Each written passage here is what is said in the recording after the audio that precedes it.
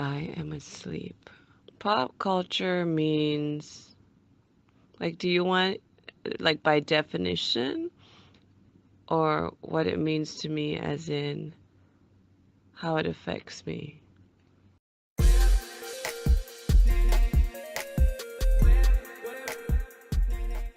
The first thing that comes to mind when I think of pop culture is probably protest.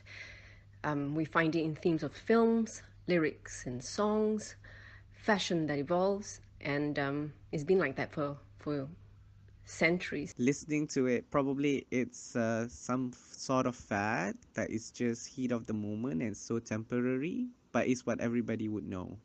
Justin Bieber. Trendy. To me, pop culture is what stimulates the vast majority of my generation. It is the main deciding factor for teenagers my age as to identifying what is socially acceptable and what is not. Art. Pop culture has significance if we take off the mask of popularity and fads and really listen and feel, not only to the lyrics or to the words in the films, but to yourself.